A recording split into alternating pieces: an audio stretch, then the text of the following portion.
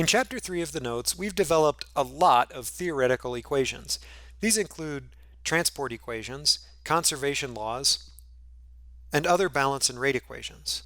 Most of these are PDEs and ODEs, and you know that solving PDEs and ODEs also requires additional information. Known values of dependent variables and their derivatives at t equals 0 we call initial conditions, and known values at spatial boundaries we call boundary conditions. The boundary conditions and initial conditions are important for finding numerical solutions to these ODEs and PDEs. In this video, we'll talk about three different types of boundary conditions. The first type is called a Dirichlet condition. A Dirichlet condition is formulated when we know the value of the dependent variable at a particular location, usually a boundary. If we have a second-order ODE for y, and we know y at one position in the domain, then we call that condition a Dirichlet condition. The second type of boundary condition is called a Neumann condition.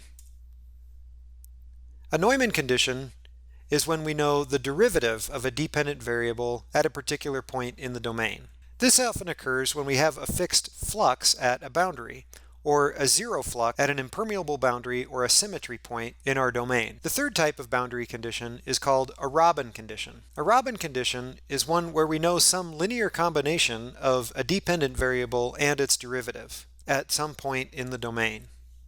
Often, a flux at a boundary can be proportional to a value of the dependent variable at that boundary. If the flux is described by a differential equation containing a gradient, like Fick's law, Fourier's law, or Newton's law, then that flux will give us the derivative, and that can be related to a known value at a boundary, for example, the difference equation that's used at a phase boundary. This table shows examples of how you might choose boundary conditions based on transport and rate laws that we've already talked about for momentum, thermal energy, and components in a mixture. The Dirichlet condition for momentum is often invoked when a fluid is flowing near a solid surface. If we know that the velocity of the fluid is 0 at that surface, we call that a no-slip boundary. If velocity is our dependent variable, then we know the value of the dependent variable at the boundary. Similarly, temperature or concentration may be known at a boundary of a control volume or a phase interface. These conditions will provide Dirichlet boundary conditions.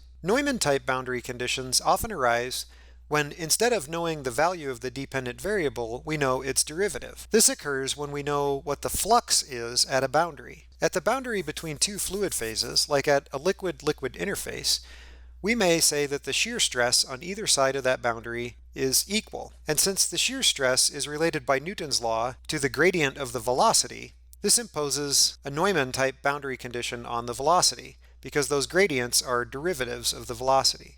We might also know that the velocity gradient goes to 0 on the liquid side of a gas-liquid interface, or at a point of symmetry. Similarly, fluxes for thermal energy or components may be known at a surface or a boundary. And when these fluxes are known, they can be related to a known derivative of a temperature or a concentration of a component. I don't have a good example for a Robin or third type boundary condition for momentum, but it is quite common to relate a flux representing a derivative in temperature on one side of a boundary to a temperature measured on the other side of a boundary through something like Newton's law of cooling. This can provide a Robin-type boundary condition for temperature. An analogous situation arises for mass transfer when we know the flux of component A on one side of a boundary due to Fick's law of diffusion and a difference equation on the other side of a boundary. To build mathematical models using balance equations,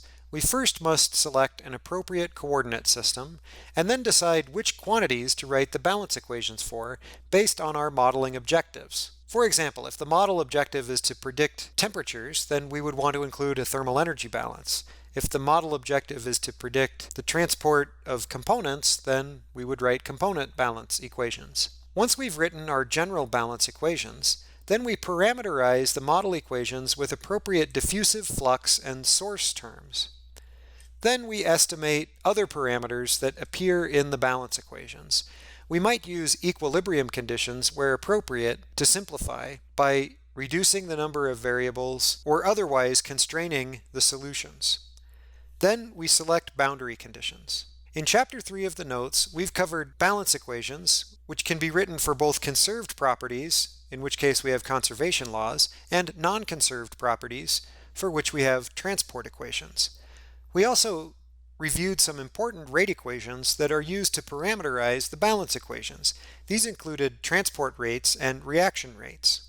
Then we talked about relationships that arise due to equilibrium, and we briefly reviewed thermal equilibrium, chemical equilibrium, and phase equilibrium.